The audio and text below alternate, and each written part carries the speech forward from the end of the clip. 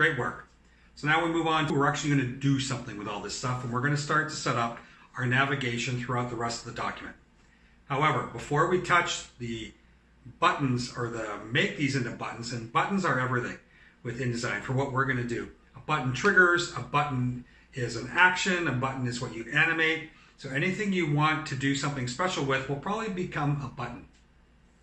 We're going to deal with that in a second, but we need to get the rest of the document set up. So I'm going to make this a little bit smaller again.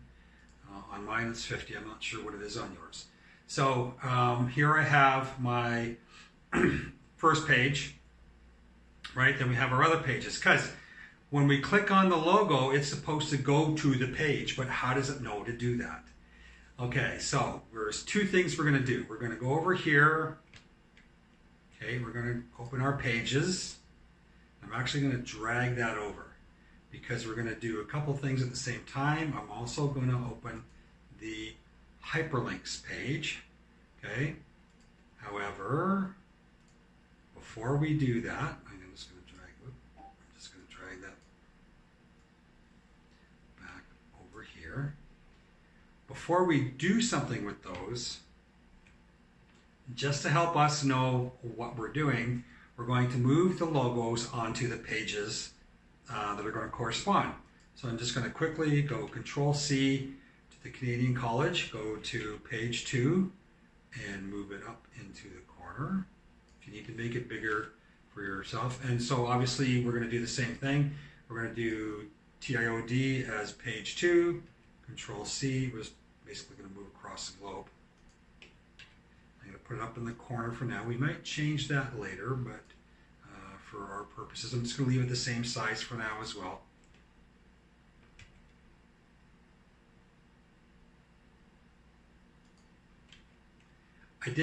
Technically, we didn't need to do this before we're going to assign pages names, but if you're unfamiliar with InDesign or what we're about to do, this will make it easier for you, and you'll see why momentarily. Okay. So now we have all of the logos on our pages, so that when we now open up pages, we're going to drag it over to the side here because we need to have pages and hyperlinks open at the same time. I'll zoom in so we can see what we're doing. So you can see now when I double click on page 2, you can see we're on Canadian College, page 3, TIOD, page 4, LBSA, page 5, VIP Kid. So we'll go back up to page 2. So how does the logo know to come here? Okay, we're going to do a couple things. So within pages here, you'll see an A master. We're not going to do too much with that now. We might later on. Master pages, it's quite often it's used a lot, obviously, for print. This is where you do formatting or special instructions for every page of a long document. Sort of like header, footer, and a bunch of other things too. Also formatting and also for sort of back-end instructions. For our purposes, we're not going to worry about it too much. We might later on projects, but for now we're not. So while we're clicking on, double-clicked on page 2, over on hyperlinks, we're going to click on the little menu bar, and we're going to go New Hyperlink Destination. Okay, quick pause at this point in time. Naming. We need to get as detailed as possible when we're going to start naming buttons and pages and everything else, because when you start working through a document and you have a lot of these and you open up menu bars to see what's going to link to what, you want to make it as easy as possible to figure it out. You can say, well, why not just use the page number? Well, one, because if you have a long document, are you going to memorize what every page is? And two, like in project 2, we're going to start with a basic document, and then we're going to do a bunch, and then we're going to insert pages. So if you start changing pages around, how do you then know what is linking to what? It's much better to deal with detailed names. So this is page 2, so we're just going to call it CC page. That's all we need to do. It is page 2 for now. The zoom setting fix is fine. The type is page. We will get into text anchors on another, in another project. We will do some URL stuff. No, we want page. Some URL stuff later on in this project, but for now, just the page. And CC page, normally we would hit enter or hit OK. And then we'll do the same thing here. Page 3, I'll pull back a bit so we can see. Okay, so here, new hyperlink destination. Destination is the key point. And we're going to go TIOD page, enter, double click on page 4, hyperlinks, new hyperlink destination. We're going to go LVSA page, double click on page 5, new hyperlink destination, VIPKID page, and done. Sort of. Because if the logo moves us down, how do we then help the student, or in this case, whoever is looking at our portfolio, how do we help them get back up to the map? So we have to give our home page a destination name as well. So a new hyperlink destination, and we're just going to go home. Home, not hame. Home. Okay. Awesome. So now I will minimize this and drag it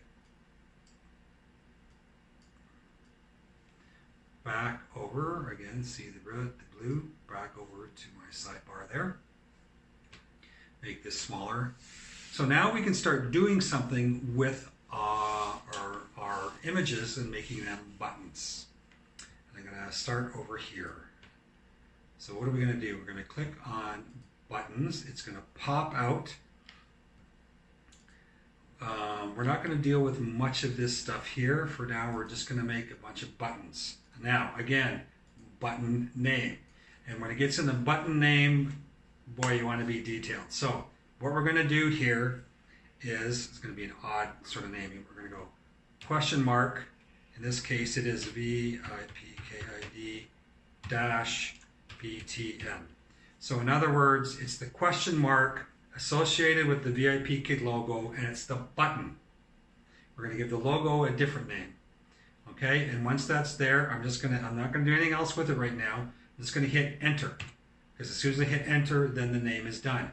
Now, I don't have to open and close, open and close. I can just click on something else and we go through. Now, I'm not going to do the logos next. I'm going to do all the question mark first. And when we get into giving all of these actions, then you'll see why I'm doing this. So here it automatically makes this empty again, button, and you get the idea. So this will be question mark LVSA-BTN. Enter. Click on this one. Button. Name. Question mark TIOD-BTN. This is what I'm doing for our purposes. You can change it later for your own, but just to help us understand what we're all doing. And the last one. Button. Question mark CC-BTN. Okay, that's all our buttons done. Now, we're going to do something different, slightly different with the logos. Well, I'll show you. So we're going to click on the logo. Again, we're going to make it a button because it's actually going to do two things. It's first of all going to be hidden, right? When you open up the page, there's not supposed to be any logos. And the trigger is going to be the rollover of the question mark. It's going to come up, and then once it appears, once you click on it, then it's going to take you to the page. So for now, we're just going to call this then logo CC. And then down here, we're going to click on hidden until triggered. Okay? That's what's going to keep it hidden when the page opens. Now, next one, button, logo, TIOD,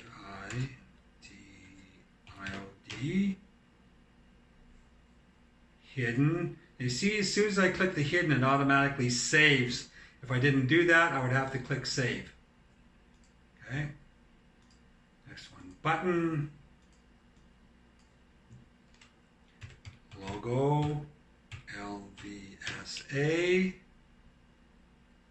and the last one, but what didn't I do, right?